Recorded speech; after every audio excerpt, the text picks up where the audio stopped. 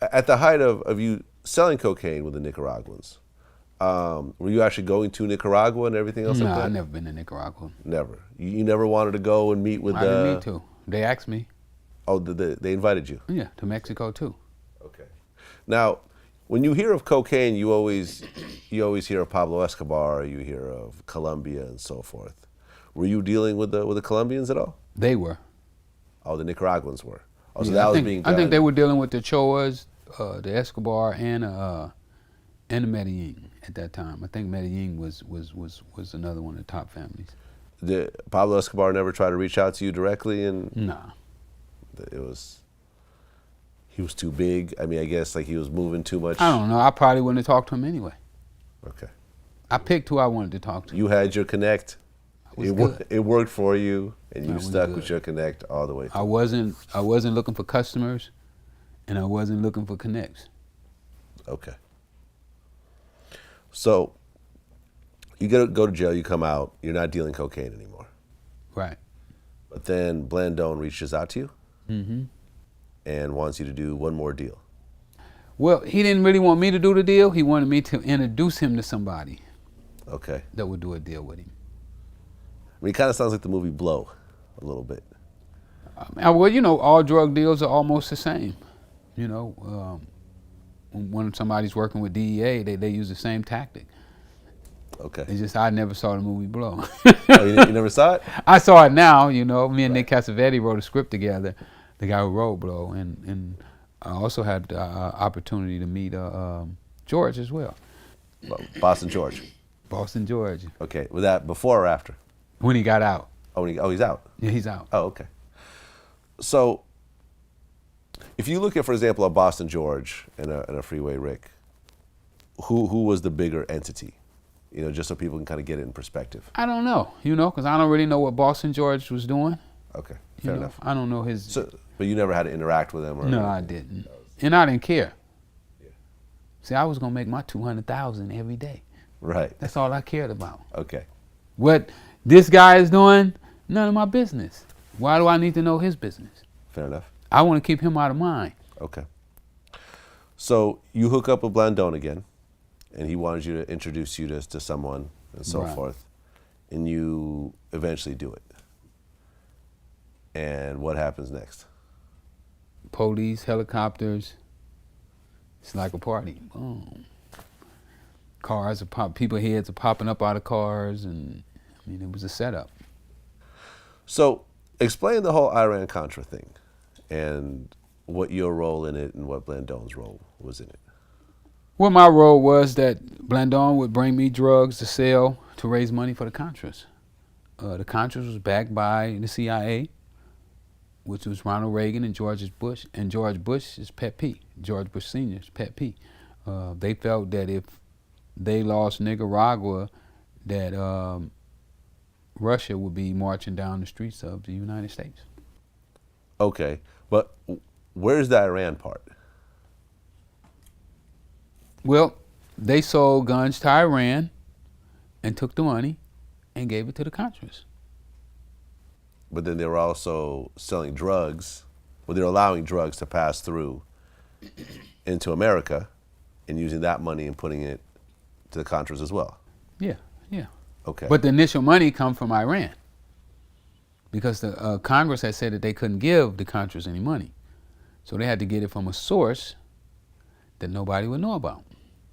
I mean, it's so much there. You know, you really got to do your homework. And then, you know, they also had the hostages in Iran that Ronald Reagan was able to get loose because he was going to give them weapons for the hostages along with getting some money. How much of this did you actually know about? None. I learned So- all this while I was in jail. Okay, so when you were actually selling drugs and so forth, did it seem... I didn't care about Iran. Yeah. You didn't care about None of that stuff. the Contras in Nicaragua, nothing. You were just selling drugs and making Man, money. let's make some money. All this is happening, and the CIA is actually overlooking this whole process, right? From what I understand. From what you understand. Yeah. I didn't see the CIA doing it, but you know they came back and said, "Yeah, we were watching them. We were Okay. helping them." At a certain point, did you ever think, you know, I'm getting all this cocaine, No. and no one's getting busted. And I mean, we're Well, people were getting busted. okay. I mean, My guys were getting busted. Were there huge seizures and everything else like that? Like, were you expecting a big package one day and it just never came, and there was a drought until the next? No, we didn't have those issues. And do you think it was because the CIA was involved? No, I don't know. That wasn't my lane. Okay. You know, I don't know what Danilo and them had going on. So you weren't actually involved in the smuggling of it all? No, not at all. So when I got it, it was already here. Okay, you didn't care how it got over there? Not at all. And you weren't, it's not like you would pick up some huge, some huge storage canister with like $1 billion worth. You were getting... I got mine issued daily. Daily? Yeah. You were never getting a huge, massive amount? No. Okay, is there a reason why they dealt with the risk of daily as opposed to one big monthly haul? Well, that's what I could pay for. I usually took what I could pay for. Okay. I didn't really like credit either. Okay, so you never actually had credit with these guys? Nah, because then, if you take credit from people, then you kind of like work for them. Right. Then they can start telling you what to do. And nobody was able to tell me what to do. Okay. I did what I wanted to do. When you hear the horror stories of dealing with these overseas drug, operations where people's entire families would end up dead, and like people would fuck off some money and so forth like that. Did you ever deal with any of that around you? Like, did you ever see that type of stuff happening? Well, I know. I've known of people getting killed. Somebody come in to rob the place and kill everybody in the house. I've heard of that. And, yeah. Those streets that it happened on, in L.A. But it's, kidnapping. I mean, a lot of that's part. Well, you run around the street with $200,000, $300,000, $1 million, and everybody else is making. You figure at that time, a good job in L.A. was like $500. Yeah. So it's tempting, So that deal with Blandone put you right back in prison again. Yeah. And at that point, they gave you life? Life without the possibility of parole. Okay. How did you feel when you went to trial with it? I went to trial. I guess you don't plea bargain for life. They asked me to. Oh, really? Yeah. Oh, with a possibility of parole kind of thing? Yeah. I wanted a 20-year deal, and they offered me a plea where I pled guilty. And if the judge wanted to give me 20, she could. But if she wanted to give me life, she could. You didn't want to risk that? Nah, I said, I'll take my chance on appeal. So you went to trial. How much did you spend? I mean, did you I have helped money? the jury out, though. The jury stayed out for a day and a half. Okay. They thought about letting me go. Did you have money at this point or no? A little. A little bit, but not like before? No.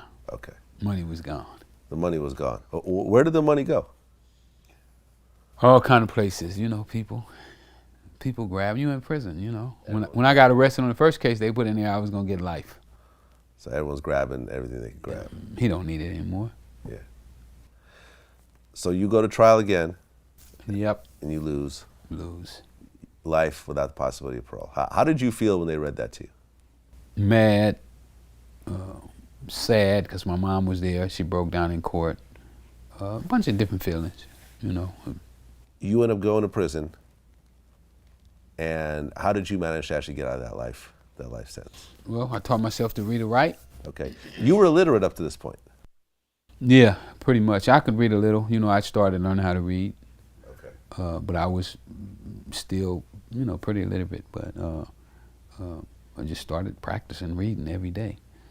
Started reading law books, and then one day, I'm sitting there reading, and the words that I needed, continuous criminal spree, popped out, and I was like, oh, wow, that's what I've been needing. On that case, I did 14 in about 8 or 9 months.